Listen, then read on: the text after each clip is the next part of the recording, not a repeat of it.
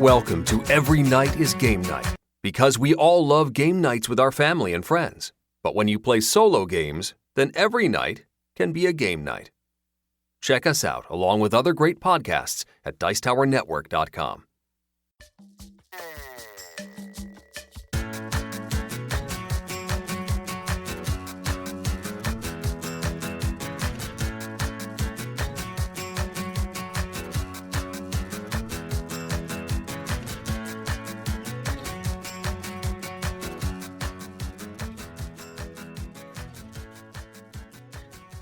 So for our feature review this week, we are diving deep into one of our friends' favorite games. This week, Pandemic with Jason. So Jason, you are the pandemic guru of gurus, so to speak. Why don't you tell us a little bit about Pandemic for those 2 or 3 people out there who haven't played? It's way more than you think. I mean, it's funny because I'll teach. I love cooperative games. Love cooperative games. You listen to Every Night is Game Night, you are going to get a ton of cooperative game coverage. There's a lot of cooperative games that take the basic pandemic concepts. It maybe if not like the game itself, but like the concepts of, you have a board, you have meeple, they go from space to space and you do things. There's many games like that. So then every once in a while, I'll take one of those games, like a Horrified or a Burgle Brothers, and I'll take that to a game place and I'll teach it, and I'll be like, okay, this game is a lot like Pandemic, but it's different in these ways. And you'd be really surprised at the amount of people that go, I haven't played Pandemic. What Pandemic? And a little part of me dies inside. Because it's not even really like just a game anymore. It's like a system, right? It's a mechanic. Yes. Yeah. And so I mean, it's to that level where it's like there's no other game in the world where it's like I haven't played it. Either I die inside, or like if I see it, I'm like, let's say I'm in a game place, I just rip it off the shelf. Like, okay, forget what I said. We're playing Pandemic right now. That's just the move that I do. So I don't know. Like, where do I start? I mean, I've been playing Pandemic for a long time. It's like, I feel like it's the ultimate cooperative game. It's the ultimate solo game. The big criticism that people have is that, it's basically a solo game. You get that one person that kind of boss you around, and we could talk about that in a little bit because I have some feelings about that. But just kind of, I mean, I love it because it is pure cooperation, right? And there isn't this these barriers. Like a lot of times that people put in these kind of artificial barriers to make it quote unquote a game or to kind of accomplish a thing. It's like, no. In Pandemic, this game is hard, and the table, if everybody's kind of working together, has to cooperate, has to have that kind of like, above the table, what are you seeing? What am I seeing? And like, when it's good, everybody's contributing and everybody's on the same page, and you're doing your thing. And so like that's the above the table that I love. And then at the table, it's a puzzle, and I love puzzles, and it's a movement puzzle, and the different Pandemic variants kind of change up the puzzle, change up the elements, but they retain that basic sense of movement puzzle. So it's like, I have to go here, I need to meet you here so that we can trade this card. I want to do this, I want to accomplish, there's cubes and like there's disease ravaging all over the place. I have to take care of this. But if I go there, then I'm out of position and I can't make a cure, which is, kind of how the long-term goal of the game. So there's so many little just like pushes and pulls and, just like mechanical opportunities to cooperate and just, I mean, how much longer do you want me to go on? I can go on a long time about why I love this game so much, just from a mechanical perspective. So you're going to have to stop me. Just hose me down, Chris. Well, as you mentioned, Jason, and I think Anthony also talked about this too, Pandemic is a very big game. It's been out there a lot, and there's been a lot of iterations of it. And as Anthony mentioned, there's also a way that Pandemic is more than a game. It's been a mechanic, and it's been further refined and perfected, in my mind, as far as Defenders of the Realm. But we don't have to talk about it in this episode. So okay, we could save it towards the end because I don't want to derail this thing. But you are nuts if you think that you are NVTS nuts if you think that the Defenders of the Realm perfects anything. Good God. Sure it does. But we don't have time for that. So you were mentioning Pandemic. So obviously it's a board game about dealing with a global pandemic that's spreading throughout the board using cubes to kind of, show where the virus is spreading and overflows, not just one virus, but multiple viruses. and there's a card mechanic that basically sets up where the virus, populates and how it spreads and how it overwhelms, and you're basically trying to fight that deck throughout the whole game. And as you mentioned, you're doing it as a co-op, so everyone has a special role, and that special role allows them to do different things and gives them like a one special power. But only by cooperating with all the different special powers can you reduce, and basically everything that's going on right now, you're kind of reducing the virus down to a way that's it's manageable, and then hopefully curing the virus. But that's just Pandemic, the board game. Now, you're claiming that there's more versions of this, which all I know again is that there's one perfect version. But go ahead and tell us about these other so-called inferior versions. They are Jason. not inferior versions. I enjoy 8 of those versions greatly. So I mentioned this before, but I did make a top 10 pandemic games video for the One Stop Coop Shop. So they're fully on display. So like you can have, there's one that's based on the Cthulhu mythos, because whatever, Cthulhu just gets itself all over the place. And for a while there, they were making historical versions that were coordinated with the Pandemic World Championships. So then they'd have like a world championship in whatever country, and they would make a pandemic game to kind of commemorate that. So Pandemic in Spain was a Pandemic Iberia, Pandemic in the Netherlands was Pandemic Rising Tide, etc. I don't know if they're going to continue with that because of sales. I think like if there's any indication, like this year's Pandemic is like Pandemic Hot Zone, which is basically stripped down half-hour family-friendly Pandemic. So I have a feeling that that's what we're going to get in terms of like different versions kind of moving forward, just more sales. But yeah, I mean, they like I was saying before, like each pandemic is a movement puzzle. Like how do I go between the short term and the long term? There's a crisis in front of me, and I need to move my pawn to take care of that, or I have to keep in mind the larger goal. So like if you're in Rising Tide, you're building dikes so that you can kind of beat back the water. And if you're in Fall of Rome, you are making treaties or alliances with the barbarians, the disease cubes of barbarians, and they're kind of invading Rome, and they have this movement thing to them. So like, how do I defeat barbarians like right there in front of me, or do I try to build up cards so I can kind of quote unquote make alliance with them? So that short term, long term, it plays out differently every single time, but at least you get that core tension, which is what unites all the games. And I mean, whatever they decide to come up with, I'm there. And we haven't even mentioned Legacy. So you guys have talked about Legacy on BGA before. I think it's no question that Pandemic Legacy Season 1 is probably the best version of Legacy. Like a lot of other games have tried it, and a lot of them have kind of fallen on their face. I think Pandemic Legacy did it the best. I don't know what you guys think. I agree. Yeah. I mean, I feel like I've played almost every Legacy that's out there at this point, except maybe Betrayal, but I'm not a Betrayal fan. And from what I've been told, if you're not a Betrayal fan, there's no point. Right. So I haven't really bothered with that, but I played through all of the originals, or at least part of them. I played through Queensdale. I played through Charterstone. I played through part of Seafall. I guess I haven't played That's a different thing. There's no reason to finish that. The Pandemic Legacy Season 1 was just like astoundingly good. It was such a good formula. And it was the game that made me realize that the only real way to do Legacy anything successfully, in my opinion anyways, is to take a base formula that's very sound and has been around and been tested, like a Pandemic, or like a Risk, or I guess like a Clank, although I haven't played that one yet, and build on that.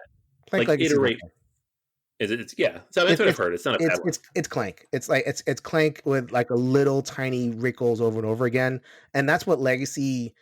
Okay, so Legacy could go wrong both ways. Like it could either just be a bunch of games that are the same, just strung together, and I'm not excited about that. Or it's this kind of like overwrought thing that tries to do too much, which is the Seafall thing, where it's like there's just too much going on. These games are too long. Pandemic Legacy gave you that middle. It hit that nice sweet spot where it's like simple games. Like Pandemic is simple. Like I mean, you could teach it in very short order, and any game will get it. And then they were able to kind of layer on top of it enough to kind of keep things interesting, kind of that propulsive narrative. Okay, we're going to add this piece now, and it fits into the narrative this way, but you're still doing kind of the same basic things. They were able to kind of like hit that sweet spot. Pandemic's Legacy Season 2, I liked it, but it wasn't as popular because I don't think for a lot of people it kind of went towards that more complicated than I want in a way. So I'm eager to see if they kind of pull it back for season 3 and give us a little bit more of that core experience. Yeah, that's coming this year, right? I mean, I don't know what's coming this year. Well, it was supposed to come this year, right? It is manufacturer ready at this point. So we'll see what actually happens with it. I wonder, in fact, actually, if it's going to be delayed because of the pandemic, not just because of the production issues, but it might be a sensitivity situation. And I guess that gets to, I'm glad you mentioned that, because it gets to like that question that you initially asked when you wanted me to come on, was like, why are people playing this now? And you can go kind of two ways with that. Like, I mean, so I posted my video and there was a comment, and I think that, I posted a video and I got a lot of thumbs down early. I was like, what? Oh, no. And it kind of, it's like, okay. So when I posted it, like when I first made the video, it was at this kind of in-between point in the COVID outbreak where like it was a thing and it was in Washington and it was in like these other areas, but it wasn't like hitting the world yet. It wasn't hitting in America. It wasn't all over the place. It was like in the news, but not in your life.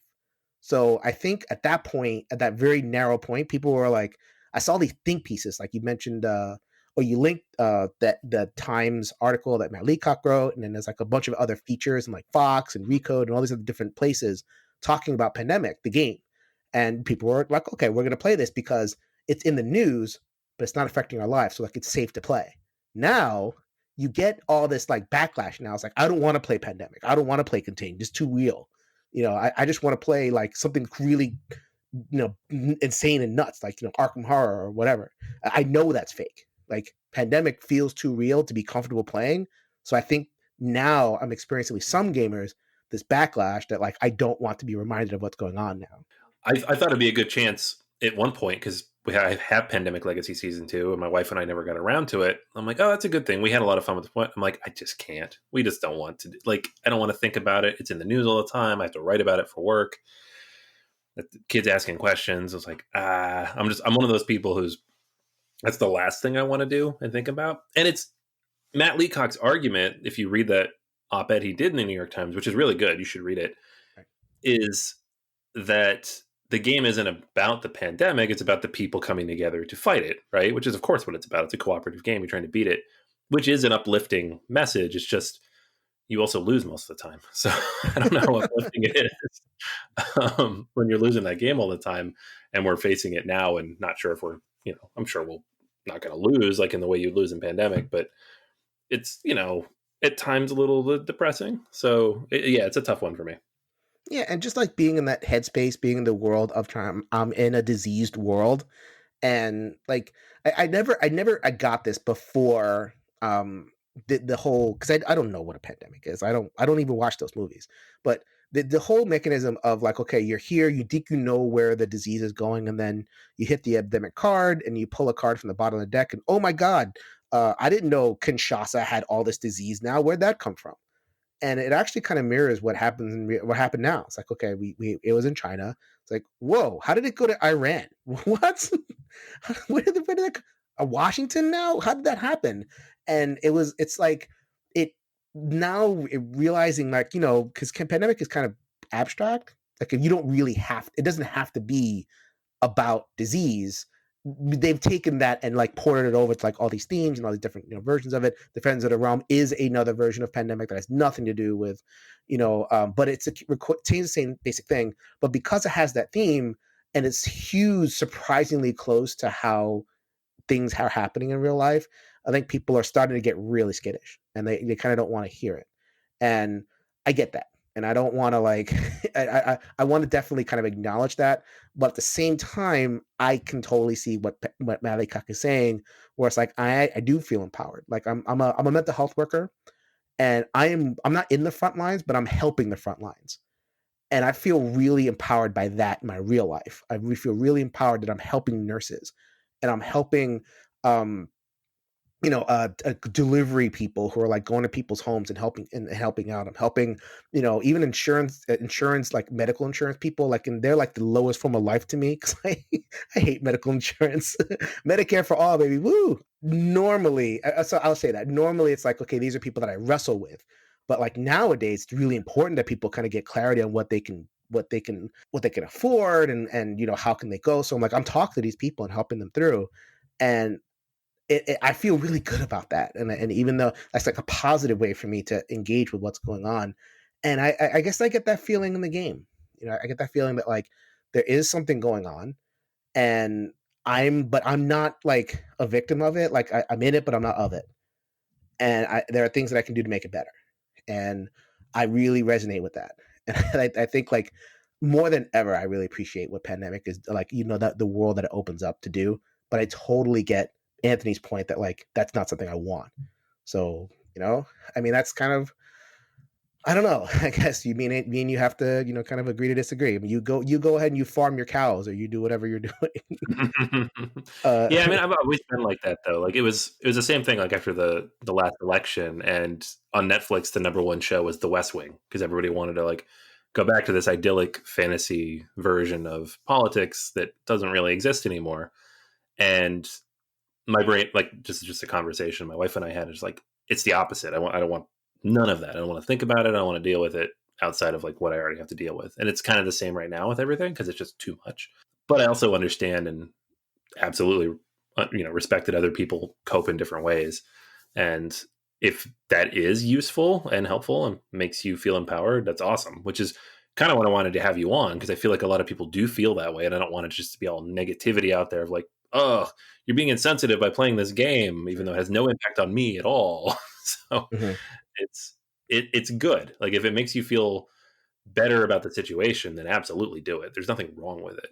Yeah, and for people who don't get that, how could this game make you feel better? It's in the news. Like, what's a game? A game is a low stakes representation of something, of some kind of contest, some kind of challenge. So you're entering that magic circle, and the rules are different. The rules of life are one thing, and the rules of the game are another. And when the rules of life get overwhelming for any reason, it could be this thing that's going on, but it could be all sorts of things. Like, your job sucks, or you have all this debt, or you have all this upsetness in your family unit, or whatever. You can enter that magic circle, and the rules are okay, and you are okay, and you can just you section yourself off, and and if you can do that in this particular space, it almost kind of empowering, where it's like, okay, I know I'm in an alternate universe here. And in this universe, this thing that is such a pain in the butt in real life is containable. And I am an active agent helping the situation here. And when the circle breaks, I go back to or maybe I'll just play again, which is what I usually do, or play a different version or something. But, but in that circle, I'm protected. And I know the rules, and I can manipulate the rules and be a winner in this game. And that's just really empowering. I think that's awesome. Well, Jason, speaking about the game, you mentioned playing co-op, but obviously you play a lot of games solo. What way would you say, or what would you suggest? I mean, how does this game play best? I mean, it depends on how you feel about Alpha Gamer.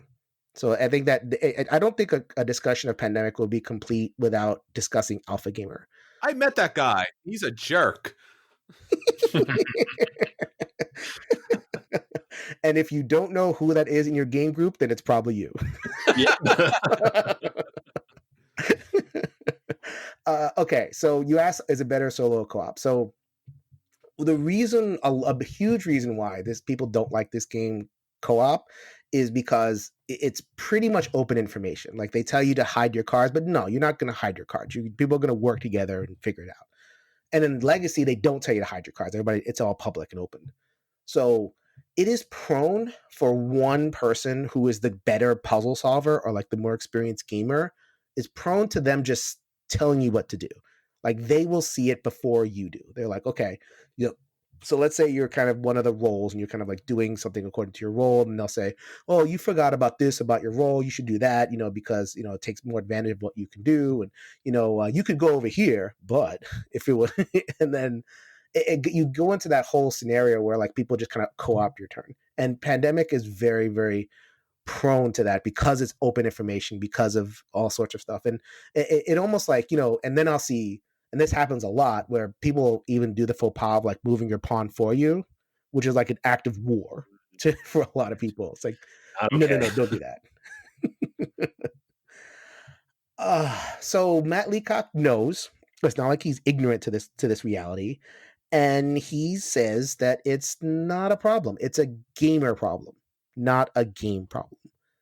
And so he like, because people say, okay, pandemic is open to alpha gaming. And he'll say, well, just don't be a jerk. Like if you can see the move, then shut your trap and let the Wow. game play out.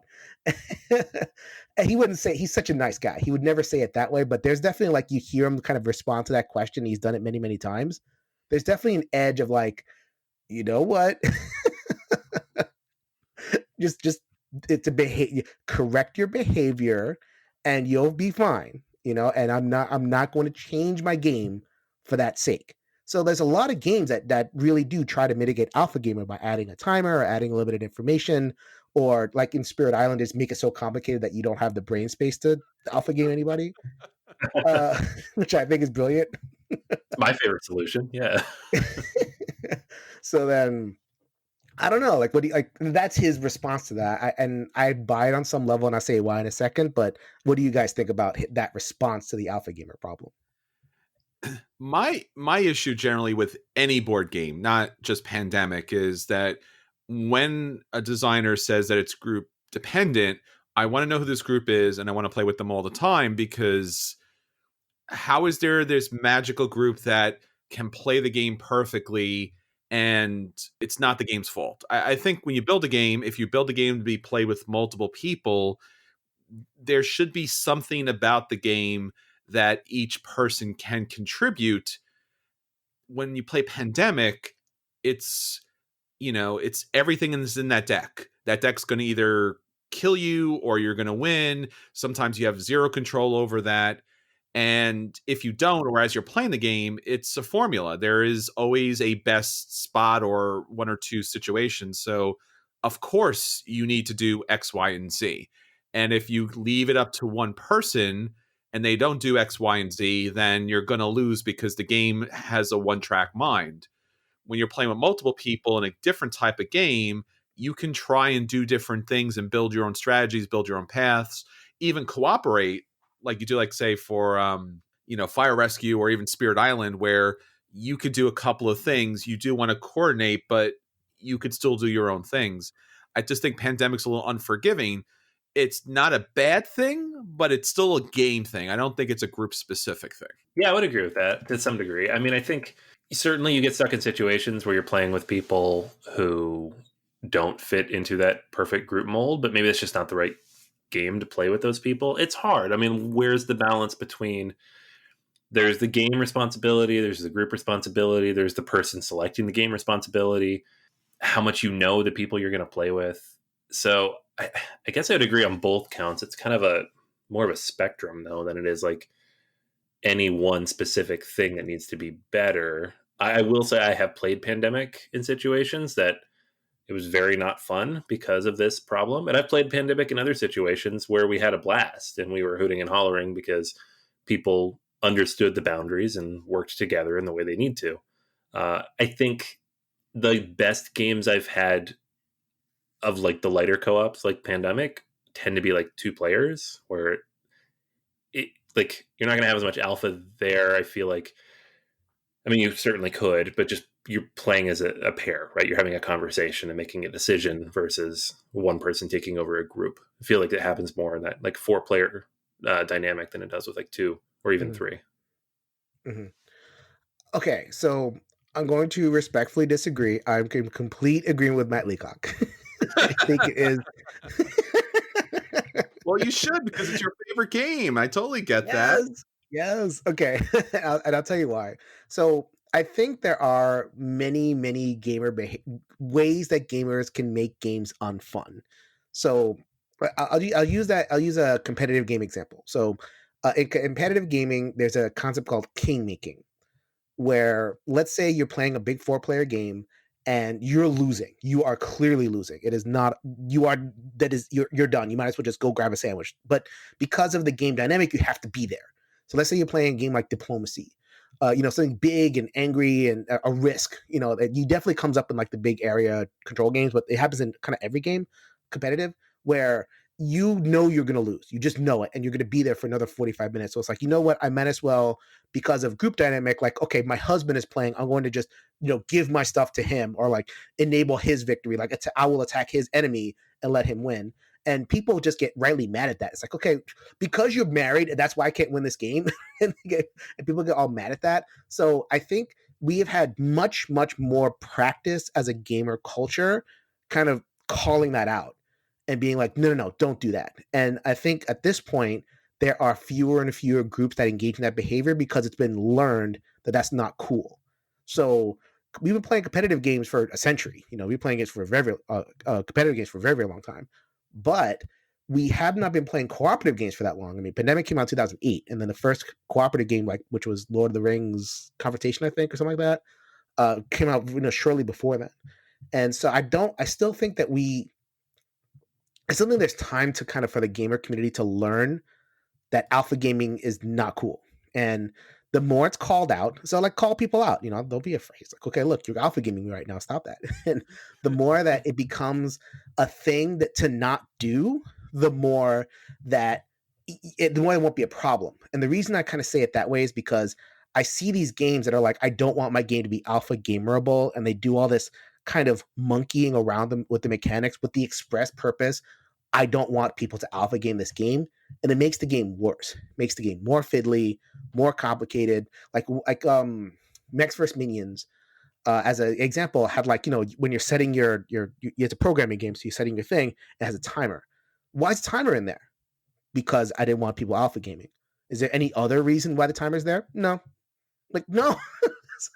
No, get it out and make the game simpler and more fun. Don't give me these mechanisms that are just there to correct a problem that a gamer community can correct. Just give it enough time and enough kind of prompting the right way. So Pandemic is simple, and I love that Pandemic is simple. We said Pandemic Legacy was good because it's a simple engine and they built on top of it. I don't want that to be more complicated just to solve a problem that groups can solve just given time. I hope that makes sense. And as far as what would your favorite Pandemic be? Well, you got to watch my video. No. All right. Fine. If you don't want to answer that, what game, like, let's say somebody's listening and they're like, I've heard of Pandemic, I've never played it, or I played it once, I didn't like it. Which one would you recommend they give a shot first? I mean, the answer to both is the same. Like just basic Pandemic. I love just basic, clean, vanilla. I mean, I think people kind of rebel against it. They'll say Iberia because of it's a like basic Pandemic, but it has more beautiful components and it has this, vibe to it that's really cool. Like I will say, just play basic Pandemic and, no expansions. Just like it's such for a new gamer, I still have fun just years and years down the line. I still have fun just playing basic Pandemic, especially with a new group. With an advanced group, then I'm still playing basic Pandemic, but with some of the expansions. So like with Purple Cubes, which is a 5th disease, or I think my favorite version of Pandemic, like kind of me personally, is the In the Lab expansion, which adds the sideboard, and you can actually, you're doing this kind of pretend mini game where not only you're just like collecting cards, but you're like, mixing cubes together into like these sequences, and it's hard to describe, but I think it's just so much fun.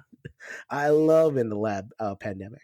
So if you're going to if you want that kind of like stepped up version, and that's my favorite version, then I'm going to go with the In the Lab expansion. Pandemic the Cure, which is the dice game, is a really great entry point. If you don't want that bigger board, then Pandemic the Cure is a very, very underrated dice game, and I think it gives you enough Pandemic flavor that I still play it. So if you really want something in terms of an entry point, then I would recommend Pandemic the Cure. All right, so I have defended Pandemic. I've talked about Alpha Gamer and how I don't think it's a genuine problem. I've talked about what I love about it and why it's acceptable to play now. On and on and on. But you, sir, threw a little bomb in there, and I'm going to need you to answer for this. So you took a 5-6-year-old game and just besmirched Pandemic and said that this new game is better. So I'm going to have you answer for that, sir. Well, You mentioned Defend and you mentioned Alpha Gamer. So right there, I think I got my initial thesis here, which is Defenders of the Realm came out, I think, back in 2010. And when I got into the hobby, I kind of grew up with a lot of Dungeons and Dragons and a lot of the fantasy, high fantasy kind of themes going around there. And I was looking for a game that really embodied what a board game could be at its best. And you mentioned a lot of these things already about co-op play and about, working together for a joint theme and obviously, trying to bring out the best in people, but also in the actual game to kind of play that out where we are working together thematically. That's very much part of the game. If you don't cooperate, if you don't coordinate, you don't win. The problem always had been with Pandemic that the alpha gamer was a problem, but also sometimes, sadly, was a solution because, again, there was always a solution or a seemable solution to the deck because the deck decided whether you would win or lose. And sometimes the deck was already, by fate, just put together in such a way that you couldn't win that game. I mean, it was like solitaire in a way where it was just kind of pre-written. Defenders of the Realm allows you to play an individual character that has its own set of special abilities, not just one ability, but multiple abilities. And then throughout the game, you can pick up additional abilities. And as you play the game, and as you move around and you defeat this darkness that's spreading like Pandemic, you're able to, almost like level up your character because you have accomplished things individually by taking out bad guys from these different generals, and you have a set of cards that you can play.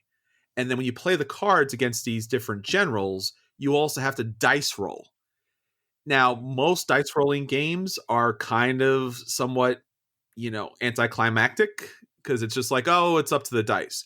But here, based upon the cards you play, you get a certain number of dice, and based on what you're fighting, what number you need is different.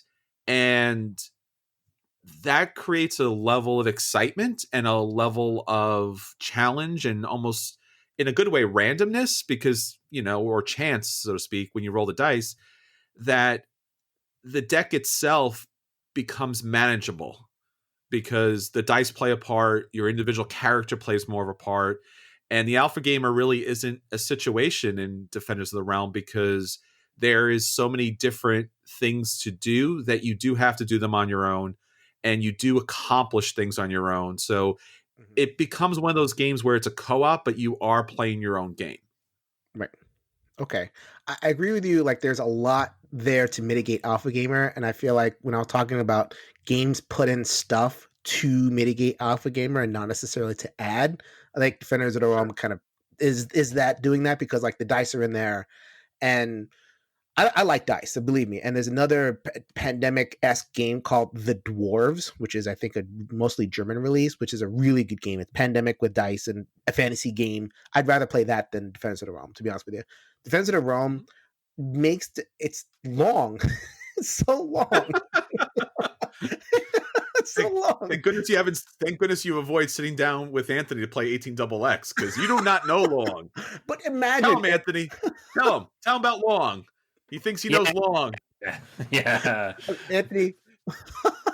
Okay, listen. So Anthony, you will know this more than anybody. So if you play a game for 2+ hours, right? And you at the end of that entire game, your entire experience comes down to a dice roll. And if you miss that dice roll, you will lose the game. How would you feel, my Euro friend? Yeah, that would suck. But counterpoint. Two counterpoints. 1, 2 hours isn't that long for any game. Kill me. Come on. I mean, 2 hours. Come on. 2, one of my favorite gaming memories is actually playing Defenders of the Realm. And I'm not picking one of these or the other because I don't think I particularly care. I think they're both fine. But one of my favorite gaming memories is playing Defenders of the Realm, getting to the end of that 2 hours and having the dice roll matter, like me throwing the dice and it hitting, and then everybody just erupting out of their chairs and slapping each other on the back. Granted, if we hadn't hit that would have sucked, but we did, and it was awesome. I mean, Okay, look, Jason, isn't it true that the deck can be built just again by random chance in a way that you can't win the game? yes. Yeah, like Okay. you think about like a legacy, like because this happened. I think it's every person who's played Legacy has this story of Yeah. one playthrough because you play like 12 times, so like the odds of this will happen, where Sure. the infection deck you'll get like a bunch of cards come out, a bunch of disease happens. First pull of the player card, epidemic, and then all three cities that have lots of cubes just like come back up again, boom, boom, boom, and yes, and that really sucks.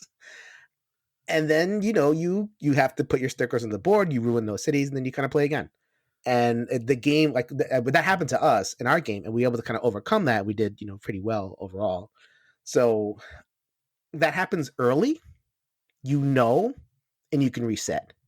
In Defense of the Realm, it happens late after you've built up all that stuff, and there's nothing really you can do about it. I think that the game again, it comes down to that deck of cards determining what you're doing. You react to the deck. Whereas Defend the Realm, you do also have to react because it is utilizing the pandemic mechanic, but you can build a strategy of who you're going to hit, how you're going to hit them. You can decide, you can risk it. You can build up your characters with special abilities and additional cards.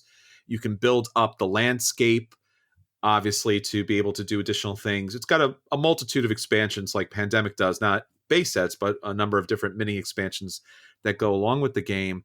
But I guess in the end, it comes down to when you play a board game, a lot of it is the illusion of control.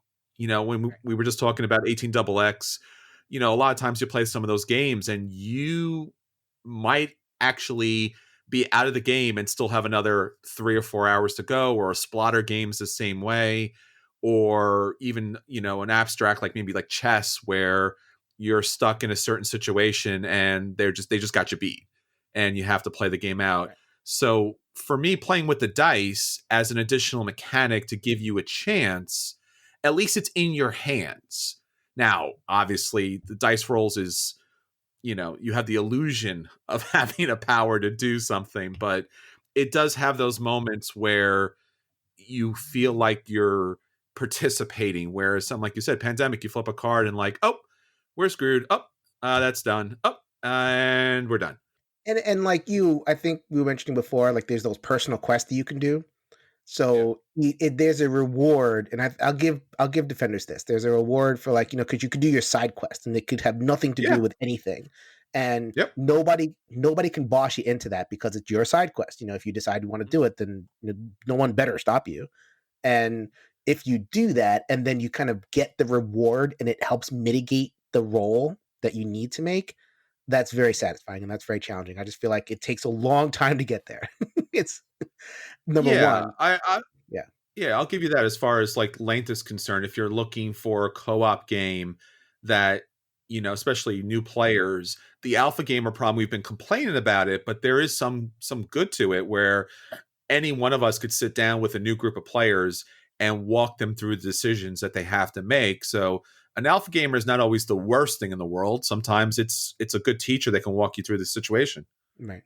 And then one last thing I'll say about Defenders is it's generic as all get out. I mean, you took a fantasy world and you just crapped out a random name generator like Dagger Falls and Raven's Roost. It's like, where am I? And why are there green circles? Why is there a green circle next to a purple circle next to a blue circle? And they're supposed to represent like, okay, enclaves. No, like no rational being would like put their enclaves all over the board, interspersed with all the other enclaves. Makes no sense whatsoever. Like it's not. Look, If you if you know anything about like high fantasy artwork, Larry Elmore. I mean, he's just been known for everything from comic books, video games, magazines, science fiction, novels, probably a lot of stuff. Obviously, one of his biggest claims to fame, obviously, is, all the TSR stuff that he was, instrumental in kind of bringing to life. So, yeah, maybe obviously it's a 10-year-old game. The graphic design is a little out of date.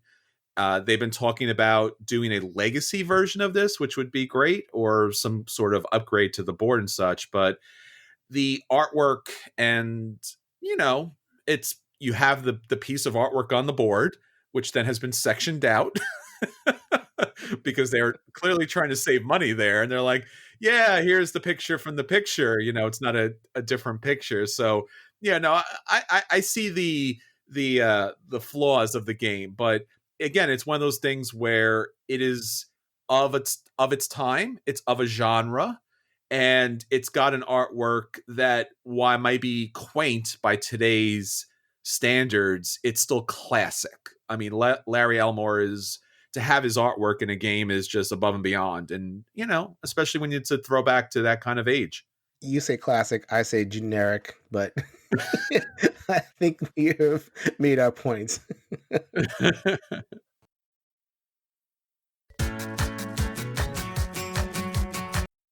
Yo, my peoples, what's up? My name is Jason, and I'm from the Every Night is Game Night podcast, the podcast that helps you get your head in the game.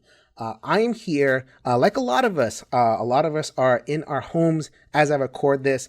We are going through the coronavirus COVID-19 disease that is spreading around America and the rest of the world.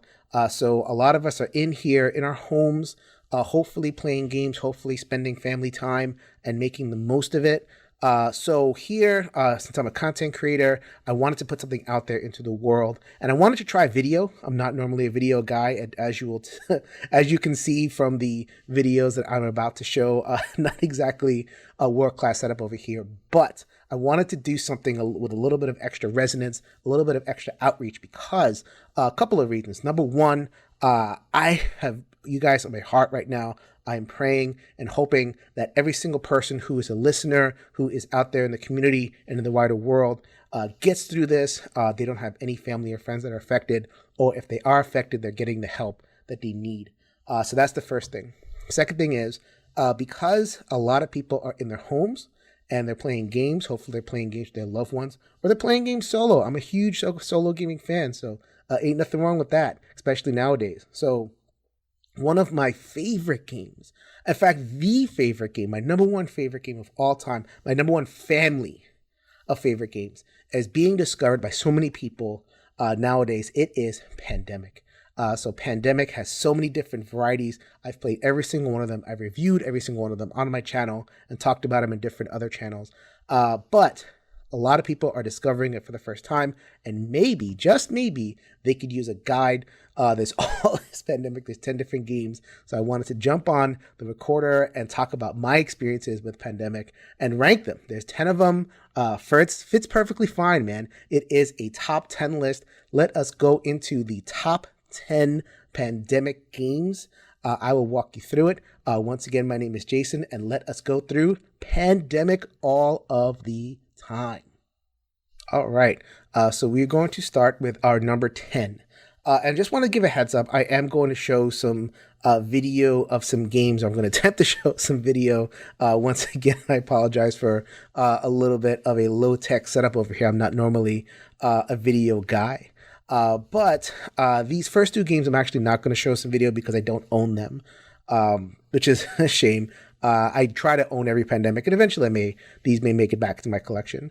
But these first two, I'm just going to show some still pictures. The first pictures that I'm going to show are credit to some users on BGG, Chris Wood and Chris Ross. So I'm going to be talking about the 10th game, which is Pandemic Contagion. This was not designed by Mr. Matt Leacock, who designed most of the Pandemic games. This was designed by Carrie Grayson, published by Z-Man in 2014. They never came back to this design. I don't think they expanded it. I don't think it's actually in print right now. So not very successful, but it does make the list here at the bottom at number 10. So Pandemic Contagion, as the title indicates, is the game in which you play the disease and you are trying to spread that disease over and infect the entire world. And if you can affect the world the most, then you win. Very macabre type theme, especially for what we're going through now. But I did want to put it on there. It is an official Pandemic game in the line. There are some people out there that can separate the fact from the fiction, and maybe they want to indulge in some kind of like alternate fantasy. So whatever, it sneaks on there at number 10. So this game is a lot like the app called Plague Incorporated. Plague Incorporated is one of those games, very, very popular, where you can mutate the disease and send it out into the world and all that kind of thing. In Pandemic Contagion, So there are two moments, two kind of things that happen in this game. First of all, you have the player board, which is in front of you, and that is where you're going to mutate the disease. You're going to be collecting cards, and you're going to be playing those cards in order to bump up certain stats of your disease. Maybe you increase resistance or increase your ability to draw cards and, further mutate your disease. The core of the game, though, is this kind of area majority type thing. So in the middle of the board, you're going to have these city cards. And the city cards, your regular pandemic stuff like Lagos and Ho Chi Minh City and all that kind of thing. And you are going to, on your turn, play disease cubes onto that city. And it's an area majority thing. Think a game like Ethnos or Smash Up. Maybe people know Smash Up, where you have a base and then people play cards. And once you reach like a kind of a limit to how many cards how many pieces can be on that card, then it scores. And depending on how well you did, depending on how progressed you are on the city track, that then you're going to score, which thematically is you're going to kill the most people in that city and destroy it. Once again, this is a game for people who can separate fact from fiction and just want to live in an alternate space. I'm not one of those people, so it's definitely on the bottom of my list. I'd much rather save the world and keep people safe. I'm a big teddy bear after all.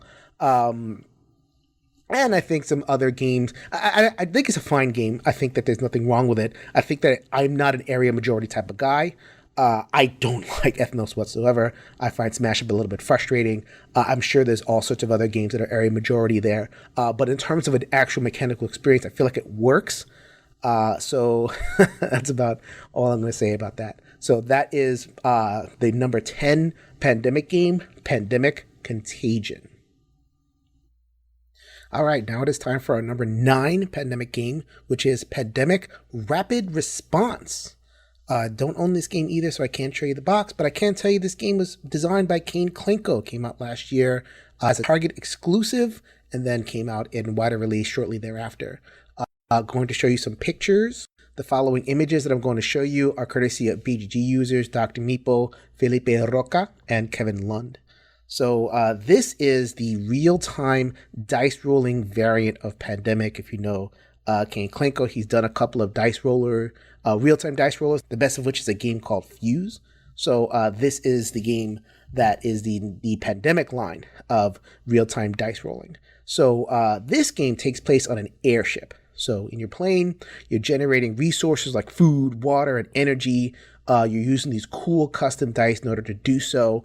And then as you go to the game, you are going to be generating them fast. That's the real-time portion. You're going to be rolling, relay race style. So you roll and then you pass it off. And once you're done, the next person rolls and everybody's going to be rolling through, taking as many turns as possible until the sand timer, or if you're like me and you just kind of aghast at sand timers, you're just going to use an app or a timer or something like that. So along the way, what you're going to be doing, aside from gathering these resources and then flying them to the different areas around the board, depending on what is needed, crisis cards kind of tell you what you need. You're also going to be generating weight. So depending on what you roll, you'll be generating ways to be advancing a track, basically.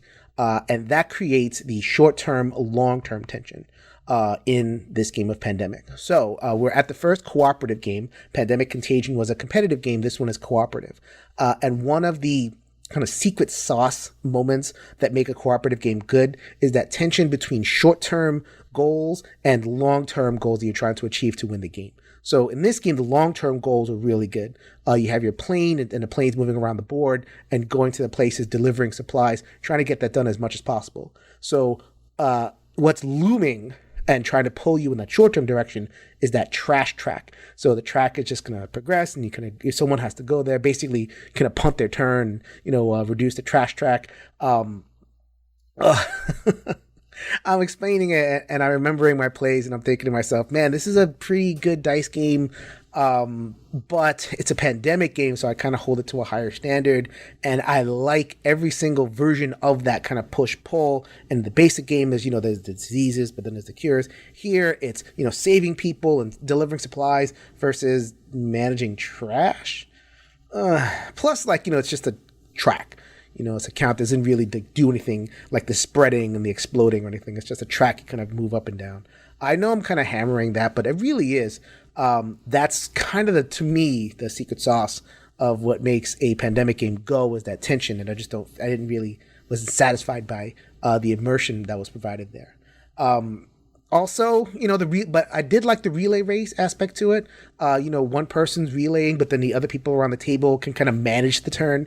So you roll however many water, and then other people can kind of put the dice down, or they can manage the tokens where they have to go. So that part is pretty cool. I kind of like the relay race aspect of it.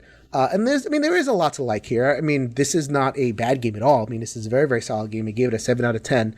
It happens to land on my number 9. Eventually, I think I'll, if it kind of floats my way, it'll kind of make it into my collection. Just wasn't quite the keeper, at least this time around. But it's a solid game. Dice rolling fun, really, really quick. Not the best dice rolling Pandemic game. That one is coming up later. But this one is Pandemic Rapid Response. All right, we are counting up to number 8, Pandemic game, a discrete game in the Pandemic line, the Pandemic universe of games. Now we're at games. I own all of these games. I play all these games. In fact, I've played every single one of the top 8 games recently, which is, I can tell you how much I love Pandemic and how much time I have thanks to this little quarantine shutdown thing. But game number 8, I have it right here. I'm happy to show it to you. It is Pandemic Reign of Cthulhu. This one was designed by Matt Leacock and Chuck Yeager. This one I do have video for, so let's go to the videotape. All right, so this is Pandemic Reign of Cthulhu. So as opposed to those first 2 games where they kind of changed things up a lot from the basic Pandemic formula, this one is basically Pandemic. You got the board, you got your cards, you got your cities and all that kind of stuff. You also have your good guys, which in this game are investigators, and they're going to go around from spot to spot and try to defeat the evil that is spreading all over the land. In this game, the evil are represented by cultists. The cultists, their job is to try to summon the evil one. So you got Yig, you got a Haster. This is kind of progressive old gods which are being summoned. And eventually you're going to get to Cthulhu. If you make it all the way to Cthulhu, you're going to die. So you also have to deal with these Shoggoth monsters. And I'll zoom in on these guys in a little bit. The Shoggoth monsters are extra threats which are going to be walking around from place to place. They are seeking out this gate. If they hit the gate, they're going to continue to progress the old god track. This game is probably more like an adventure game than any of the other games. And I'd say for that reason, that this one is a little bit more tuned to get non-gamers into it. It's very adventurous. It's very kind of open-ended and fun.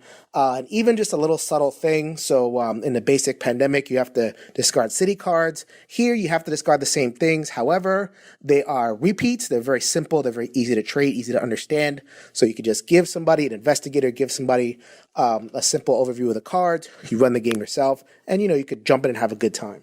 Being an adventure game, it's a little bit more random. So when you do get some of these things kind of pile up in a way where all of a sudden you get one of these things, it summons right on top of the gate, and boom, you are way behind the 8 ball in a way that might not happen as often in a basic Pandemic game. So that could be a little bit frustrating. And it's also Cthulhu.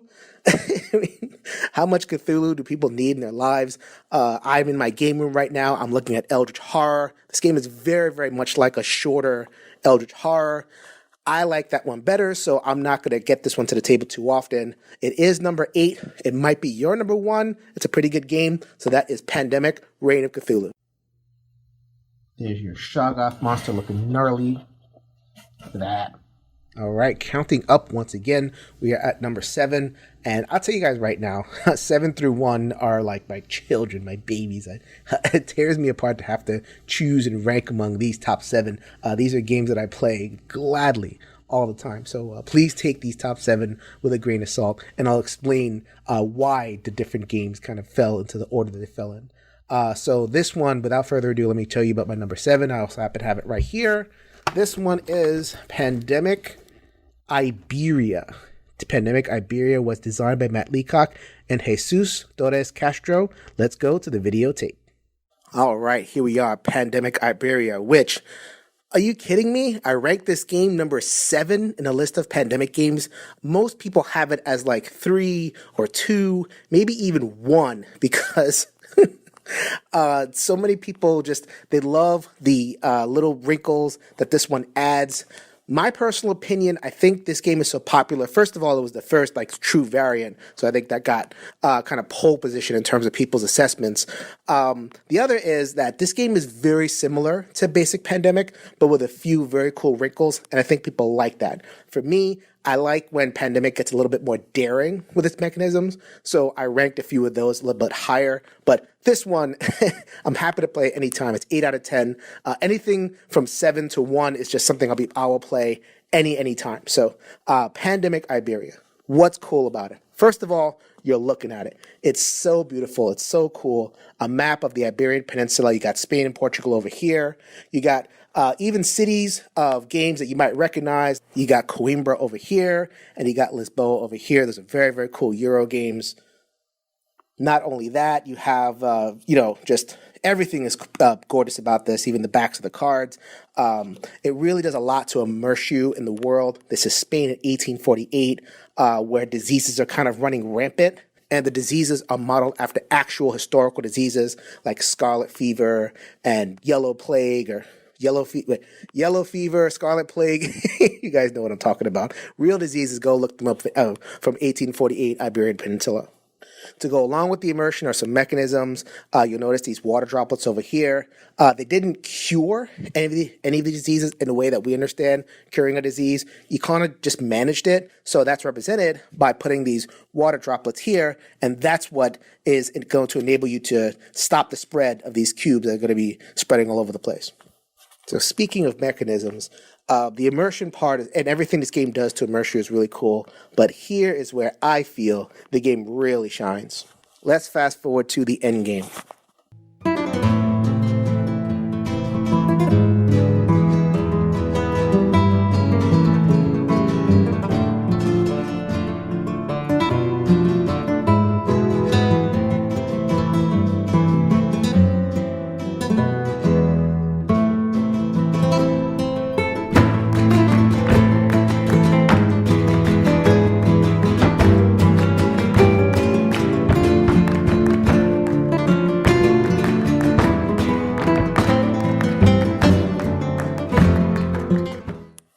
All right, so like any game of Pandemic, there's more cubes, there's more, you're closer to disaster.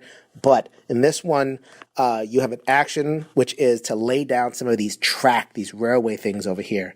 And where in the beginning, you're very limited in your movements. By the end, look what you can do. You can follow a track, and that is one move. So before you're going like this, think your little moves. Now you can go over here, you're treating over here. Oh, sorry about that. And then you could go down over here and treat this thing over here. You could really feel like a superhero, which kind of not appropriate thematically for 1848, but who cares? It's so much fun. This is a movement puzzle par excellence. I think when it comes to later Pandemic expansions, in the base game as well, but especially in the expansions, the idea is that Pandemic becomes a movement puzzle and it mixes up the variety of movement puzzle. In this one, you get to build your own movement, which is great. I love that about this game, and I'm betting that's what a lot of people love about it as well.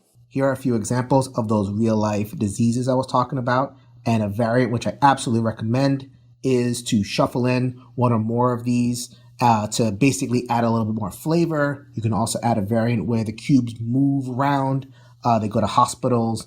Really a lot to like in this one. Really, really great package. I would not argue with anybody who wants to put this 1 or 2 or 3. It happens to be my 7. Hopefully I've given you guys my reasons why, but I love it. This is Pandemic Iberia. All right, it is time for our number 6 Pandemic variant, Pandemic game in the Pandemic line, and it is Pandemic Legacy Season 2. So Pandemic Legacy Season 2 is not a game that I own and not a game that I can show you, but I do have one little friend over here who can show you his little collection of Pandemic Legacy games. Hey, check it out. It is my nephew, my little guy, Abraham Byrne. So Abe, this is past Uncle Jason telling you, you must go play Pandemic Legacy with your father when the time is right. All right, let me chat about Pandemic Legacy Season 2 with the assistance of a still picture from BGG, user Nuke Morningstar. So in Pandemic Legacy Season 1, it was basically Pandemic and then a bunch of stuff happened. So 2 fast forwards the whole story. And all the apocalypse has happened and diseases have kind of spread and, destroyed the land. And this is kind of a post-apocalypse scenario. And as you can see from the board, the area starts off, the time starts off, and you don't know a lot, you don't have a lot of information, and it's pretty clear that over the course of the game, you're going to be opening boxes, opening stickers, and filling out the different areas of the world. So that one, you see the Atlantic Ocean right there. And that's about it in terms of spoilers that I can give you. So I can't really say too much. It's hard to kind of just give a little bit of soundbite for a legacy game, but this is what I'll say. So Pandemic Legacy Season 1 shot up to the top of the charts. Number 1 in BGG for, however long until Gloomhaven dethroned it. Still number 2 or something like that. Legacy Season 2 did not hit as hard. Why not? A couple of reasons. I think the biggest one was that Rob Daviau and Matt Leacock, who are the designers in this game, decided to take Pandemic Legacy Season 2 in a very different direction. They changed a lot of the meta. So, in usual Pandemic, you have disease cubes that pop on the board. In this game, you have supplies that just slowly disappear from the board. So you just kind of like flipping things. Cubes on the board in this game is good. At least brown cubes, or gray cubes anyway. Those are good, and you don't want those disappearing. So just that, that little thing right there. And that's not a spoiler. That's in the game 0 that the game suggests that you play before you start. So that's just one little way in which they could have give you an idea that they're going to do something a lot different. And there is a lot of more that happens throughout the game. So is that awesome for people? Not so much. This game mechanically and story wise was very, very open-ended. I know from some of the reviewers, they kind of got lost in the story. I think, some of the story is kind of told through the flavor text and not through the mechanisms, which means that you get to miss a lot. And if you kind of go down the wrong corridor, then you could really bone your game. You hear a lot of people, they kind of got messed up in that first quarter, first third, March, April, losing their faces off there because they didn't get the clue of what to follow. Our group definitely ran into that. And I don't really know, maybe because I played on Skype, how much I remember that story. As a matter of fact, I don't know if I remember too much of that story at all at this point. However, I remember having fun. I remember certain moments, even if I don't remember the story, I remember the moments. And I also remember the end, the climax being super fun. As a matter of fact, I can kind of recall that particular game and at least mechanically what you had to do. It was very dramatic, very fun, and a lot of planning, a lot of talking went into that one, which is all you want when it comes to a Pandemic Legacy game. So I rated this high because I appreciate that Matt and Rob took a big swing. They could have released Legacy Season 2 as the exact same game, more missions, just kind of like another straight hour, kind of like, another season of 24, another season of a TV show that is successful, more like NCIS, that show never changed. It's the same show for 17 seasons. They could have just kept on doing that. They wanted to do something really different. Was it always successful? A lot of people would disagree, but I definitely appreciated that they tried it, and I think they delivered enough so that I really appreciated what they did. And I cannot wait for Pandemic Legacy Season 3, which I think is done on the design and development side. And I think the manufacturers have their teeth into that one. So that was Pandemic Legacy Season 2, my number 6. I really enjoyed it despite the differences. So there you go. That was my number 6. All right, we charge on to the top half of the list. It is number 5. Pandemic variant, Pandemic remix, however you want to call it, in the Pandemic family of games. So this one is Pandemic Fall of Rome. This one was designed by Matt Leacock and Paolo Mori. I hope that you guys have gotten the joke by now. I am an old New Yorker. I remember a sportcaster called Warner Wolf, and he used to say, and I'm going to say it again, let's go to the videotape. All right, so Pandemic Fall of Rome. I didn't think it was possible to turn the basic Pandemic engine into a quasi-war game, but here we are. This game depicts the fall of Rome. Rome is right here, where our little meeples are going to be starting. You got the fort right there. They're here on the Italian peninsula. There's Roma. And then what's going to happen is you are going to get these barbarians, which they're not diseases, they're barbarians. A little bit of a question why, human barbarian tribes are represented by these, disease cubes, something like that. But I'm just going to let that one go for now. Anyway, so what's going to happen in this game is, and I think this is the coolest part, because it's a quasi-war game, troop movement is going to be paramount. So as you see, Orange has already begun their march. They are moving along this very, very clearly marked and delineated path. That's what's going to happen when these guys get pulled. Eventually, they're going to be trying to assault Rome. If Rome falls, you lose. So one thing that Pandemic does, we saw that with Iberia, is kind of present a movement puzzle and changes it up every time you play a different version. So in this particular game, the movement puzzle is reacting to these cubes as they move around the board. Not only that, and this is where you get into the strategy of the game, which is so good. What you're going to be doing is, first of all, you like to do like in Pandemic, you're going to be collecting cards and discarding them in order to quote unquote cure the disease. But in this case, cure the disease is make a treaty with the barbarians. So if you decide you want to make a treaty with the orange guys over here, all of a sudden you can start to recruit them on your side and they become your legions, which is pretty cool.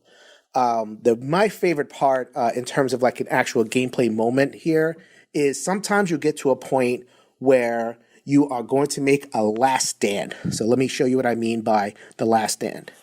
All right, so I mentioned before about quote-unquote last stands. Just to explain very quickly how regular combat works, you're going to be taking your meeple, and you're going to be taking maybe one or two of these dudes, and then you're going to be confronting each of the cubes, and you're going to be rolling these dice. I know Pandemic with dice, that's crazy. A lot of people weren't into that. The dice are custom, they're weighted. You mostly are going to be able to do your thing, but sometimes every once in a while you'll roll the little guy over here, which means your guy dies. But for the most part, it's okay. So that's pretty cool. You get to run around the board doing that. My favorite part, especially, as you get to later to the end game, is you're eventually going to be able to get your squad up and you're going to identify choke points on the board. And there's a few. So they're basically kind of where the spawn points happen. There's also one over here. But what you're going to be doing is as the rounds go, there are going to be more and more waves of barbarians coming in, and then you're going to have these guys over here, and they're just going to be combat every round. So, these guys are going to die. They're going to move around. And eventually, you're going to have like one guy, this is Sparta, and holding out, and you're going to be going around trying to get the cards and get your cures, quote unquote, your treaties done. While these little choke points are hopefully holding out. So like just a little moment, but it's exemplary of what kind of experience this thing generates. I think it's just really, really amazing. So there you go. A lot of fun to be had. Very, very different from your basic Pandemic game, but to me, adds some really, really cool features. Not for everybody, but definitely for me. Historical flavor, just all over the place. Love this game. Can't wait to play it again. It is Pandemic Fall of Rome, my number 5. We charge up the list. We are now hit number 4. Pandemic game, Pandemic variant, Pandemic product in the Pandemic line. How many times can I say the word pandemic in one breath? But this one is number 4. A little bit of a surprise, and I'll explain in a minute why I named this one number 4. This is Pandemic The Cure. Pandemic the dice game, which some people know it as. This one was designed by Matt Leacock. I believe that Tom Lehman had a hand in at least developing this game, and definitely his name is on the expansion. So let's go to the videotape and check out why Pandemic The Cure is my number 4. All right, welcome to Pandemic The Cure. What are you talking about? Number 4? This game came out a couple of years ago. It was expanded once and kind of forgotten. I'm not sure. I'm seeing a clamor for this thing to be reprinted. However, and it's not my favorite Pandemic. I think I'd rather play any of the historical Pandemics personally over Pandemic The Cure. However, I have to really say that this one is I think by far the most exciting, just kind of viscerally exciting, even more exciting than Pandemic Reign of Cthulhu, just in terms of, going around, saving the world, rolling dice, such an underrated thing, that tactile feeling that, I'm going to risk it all and whatever I'm doing. This one delivers such a great punch. So what are you doing in this game? So you're doing basic Pandemic stuff. You're kind of, going all over the place, and, doing your things, but you're doing it with custom dice, which are the things I'm going to show here. Let me go ahead and zoom in on that. All right. So as you can see, I have the first edition, with the card that looks like a little, ID tag. I kind of want the second edition because the expansion has the regular cards, but what are you going to do? So this is a action selection game where you're going to roll dice, and the dice are going to tell you what you can do. So, you have sorry about that little guy, contingency planner. So you can fly, the little airplane over there. You can treat, which is the needle. If you look at the board, all of those dice over there, you can either put the dice from the world into the containment center in the middle, or you could take the dice from the containment center and put them into the bag, which is basically taking them out of the game. Definitely going to want to do that. Or in order to progress the game to the end, you're going to use the bottle. The bottle, you get to trap some of the dice. And I think this may be where people have a few problems, is you can't just cure a thing. You have to roll for it. So you have to collect enough dice to give yourself enough odds, roll high 5s and 6s in order to be able to cure anything in this game. A little bit frustrating, but again, fun, tense. Everything that you get when it comes to a dice game. This is also the reason, this thing right over here, that people get a little bit frustrated with this game. Once you roll a biohazard, you're going to be rolling these things Yahtzee style multiple times, but if you get a biohazard, lockdown. And then if you move over here, the needle is going to progress, and then is going to eventually, if it hits that guy over there, or if you get too many epidemics, you are going to lose the game.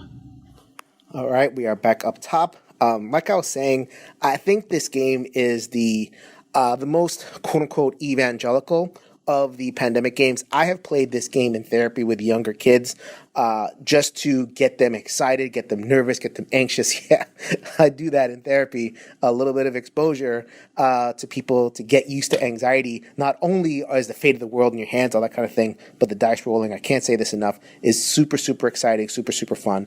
So also the expansion with the purple cubes. Anytime you add purple cubes to any Pandemic game, always better.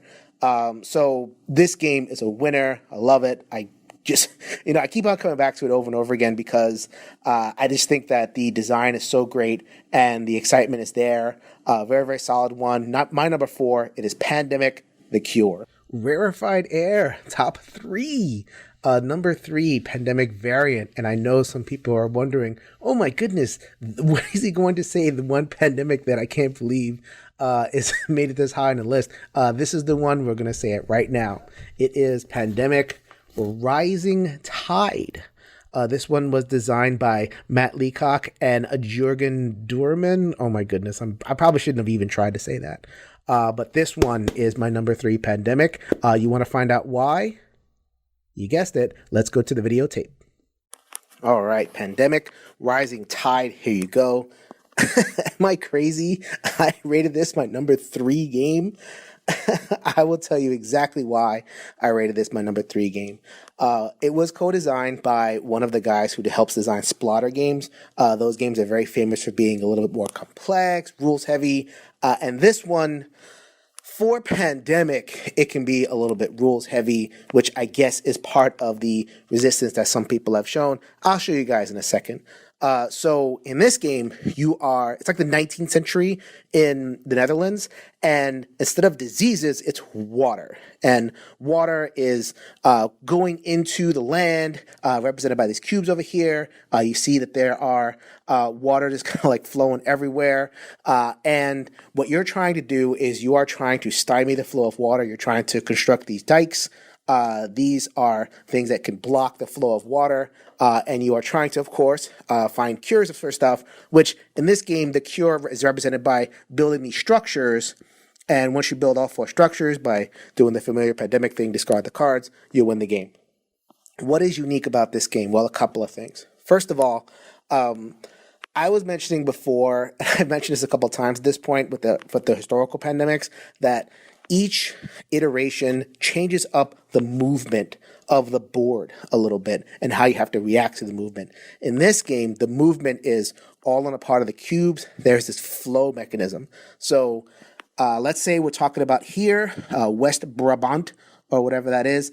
This is actually an illegal setup, because if this were a real game, then if there were any time where there's a lot of water over here, then you're going to get some flow this way.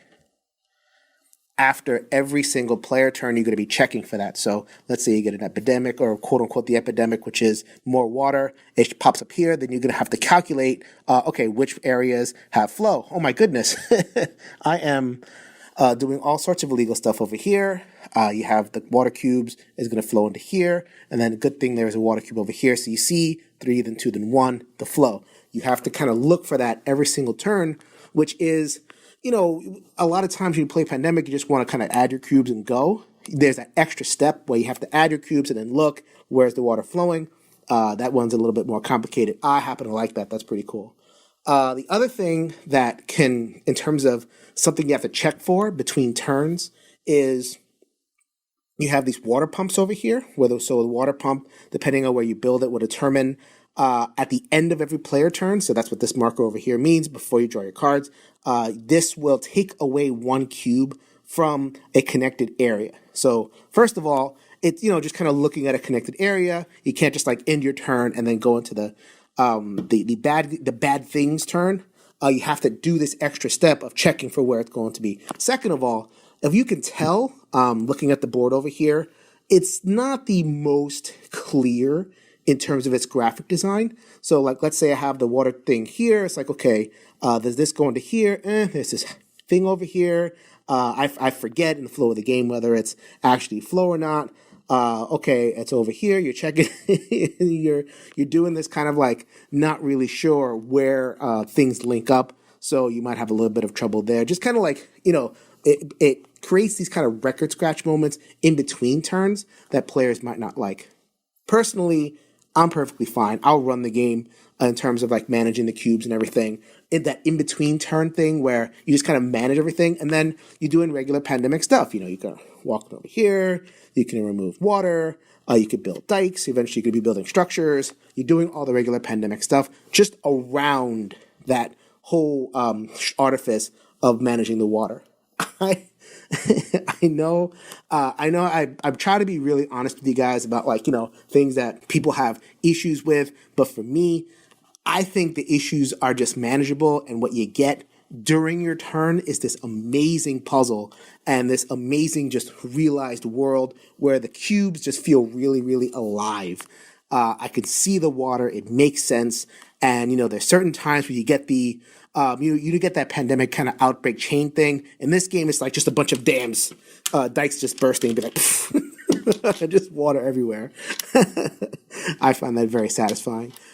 So, you know, and like with a lot of the other historical expansions as well, there are modes, variants that you can play to kind of jazz up the game a little bit. I really, really like this one. It does not feel like any of the other Pandemics. Happy to play this one anytime. I just played it a couple weeks ago, actually, with some friends. Hi, Davey and Don, if you're watching this, and Mikey as well.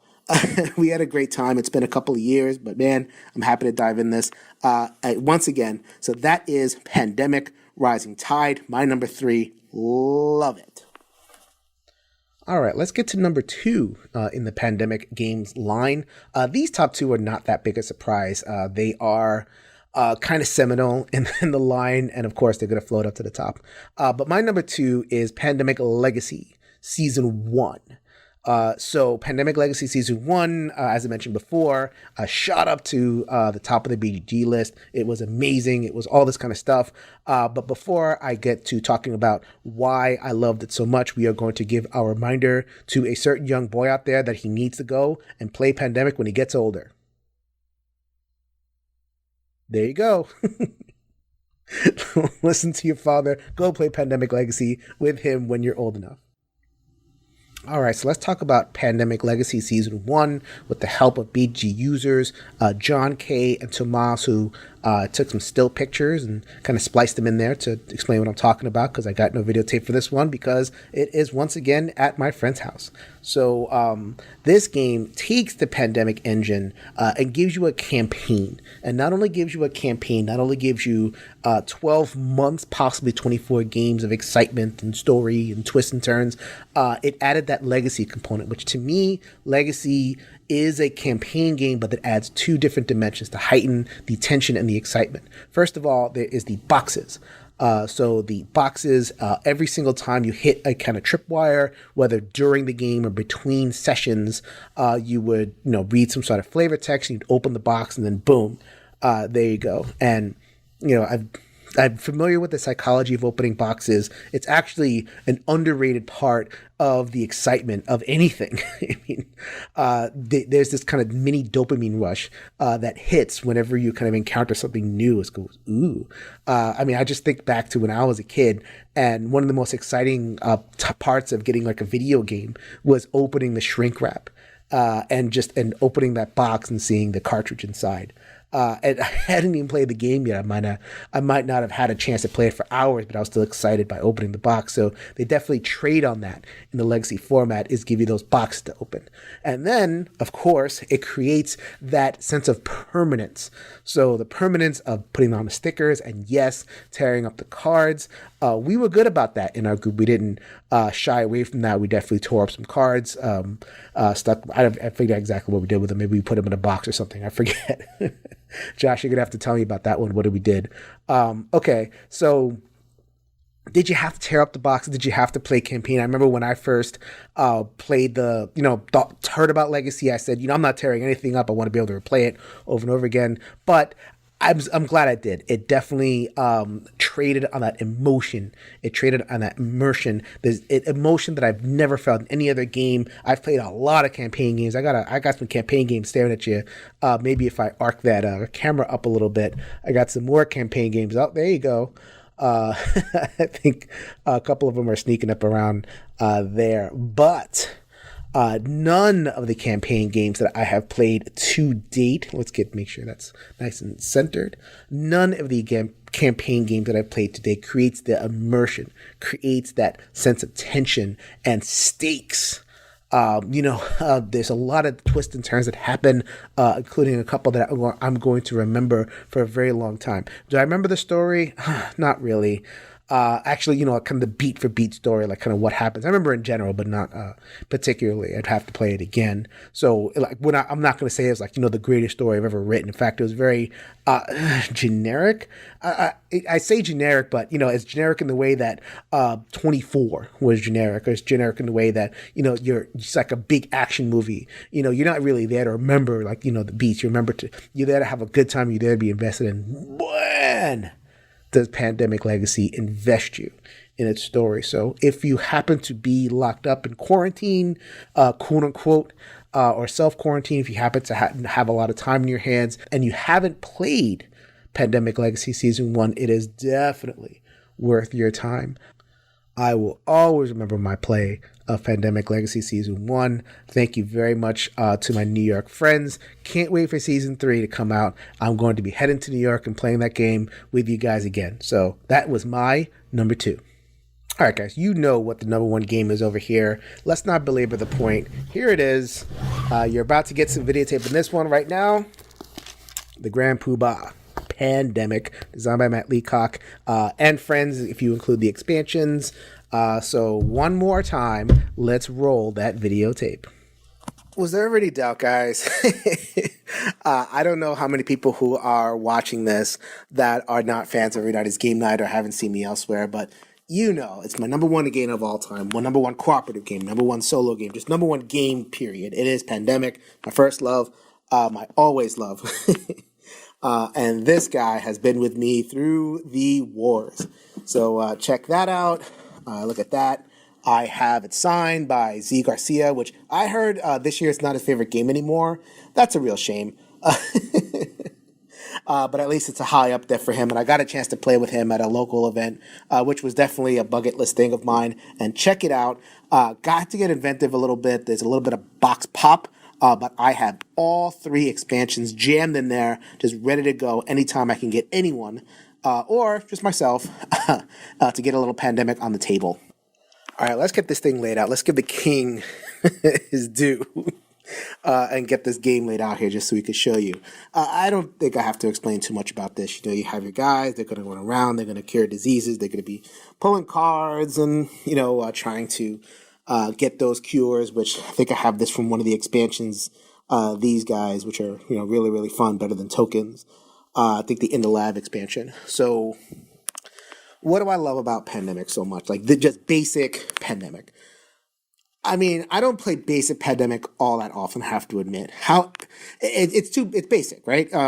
It's basically more of a game engine than an actual game itself at this point, because there's been so many iterations, so many expansions. But I have to say, I am happy to just play Pandemic. No frills, no muss, no fuss. If it's new players, if I'm teaching, I'm actually more than happy. I've had a lot of fun kind of watching people kind of bumble their way through moves when, I'm trying to kind of swallow my alpha player. I try really hard to mitigate alpha player. I have some strategies about that, but I'll save that for a future episode. Yes, this game is open to alpha players. Probably the biggest thing that people have, problem people have, but I agree with Matt Leacock. Alpha player is a player problem. It is not so much a game problem. We can discuss that one at a future episode or a piece of content as well. So it's simple, it's fun. Expansions, obviously, I have purple cubes laid out here. I try not to play unless I could play with at least purple cubes, I think are fun, which is, I believe, the mutation challenge or something like that. Maybe at some point I'll go ahead and rank my expansions for the base game of Pandemic in a different video. We'll see how this one comes out, this one is received. I think also this is a game is such a good theme receptacle. It's so simple. It's very abstract in a way, but I feel like you can kind of impute a lot of different themes, as we've seen with all the different pandemics, and also just kind of like little moments in this game. So let's say I have some lots of disease that is kind of running around over here, and I'm going through the Middle East, and I'm cleansing the land, and I'm taking care of disease and all that kind of thing. Who did that? Who walked around the Middle East and was curing things? I got that from Z Garcia. He called it the Jesus Walk, where he would just kind of like clean, a whole section of land and make sure everybody was okay. So, just little moments like that are very cool. And also, I've gone through the entire video. I haven't really mentioned the whole COVID-19 coronavirus thing. Hopefully it hasn't gotten too bad by the time you see this video. Definitely, shout out to you guys, praying for every single person who's watching this. But I have to say, I didn't realize that that's actually how pandemics, diseases spread. How the infection deck does it, where it's like, okay, you have diseases, you're working on them, and all of a sudden, oh my God, Khartoum has just exploded with disease, which is kind of what happened in real life, right? It started in China, the Wuhan province, and then all of a sudden you hear about it in Iran and in Italy. And it's like, what happened over here? It's definitely representing like people not even knowing they're carrying it, just kind of like, they go a place and all of a sudden it spreads. So in that little way, it's kind of reflective of real life as well. I mean, whether you get to the mechanical kind of puzzle, the depth, the movement puzzle, and managing your cards, managing your hand, whether you're talking about, little moments that remind you of, things that happen in real life, or whether you're kind of talking about the things that are layered on top of pandemic, whether it's the historical version or the legacy. I think they told some great stories, like I said before, through the legacy. It's all possible because of this structure. I've played this game 1,000 times in all the different iterations, probably more at this point. Also with the app as well, because I'm hoping they can improve that app. Get some more expansions, more content for the app and for my iPhone. But I've babbled on long enough. Pandemic is my number one game, my number one Pandemic, just a regular one. And I really hope that I've explained how and why in all the different ways that I absolutely love this game. All right, so we have gone through all 10 pandemic variants. I've given you my ranking. I've given you, hopefully, I have laid them out in a way where, maybe I didn't have favorites, or maybe I didn't have, or my favorite wasn't your favorite. That's not how you would organize the list, but I really was aiming for just, laying them all out there, telling you what is great about all of them, because they're all good, except for maybe that number 10, which is okay. But they're all good. I don't think you can go wrong as long as you find one that resonates with you, that goes along with your play style, and if you really are just for whatever reason you want to kind of be in that virus and disease and pandemic space, but in a safe way, which is the best thing that board games can allow. It gives you that magic circle, gives you that escape, so that whatever we're going through, whatever we're doing with this whole coronavirus thing, it just passes through, and we are able to kind of come out of that magic circle at the end of everything and be happy and healthy and safe. So once again, I said it at the beginning, I'll say it at the end from the bottom of my heart. I hope you guys are safe and healthy, and I hope that you guys are having a really, really good time playing games. And please go check out my podcast, Every Night is Game Night. We are up to 180 plus episodes, solo games, co-op games. Those are the games that I love, card games. I review a lot of the games that I love. I have a lot of guests. I have a lot of friends. One Stop Co-op Shop and Beyond Solitaire and Board Game Anonymous and a lot of other good friends that hop on the show. So go ahead, check out my podcast. Thank you so much for watching and listening. This is Jason signing off. Later.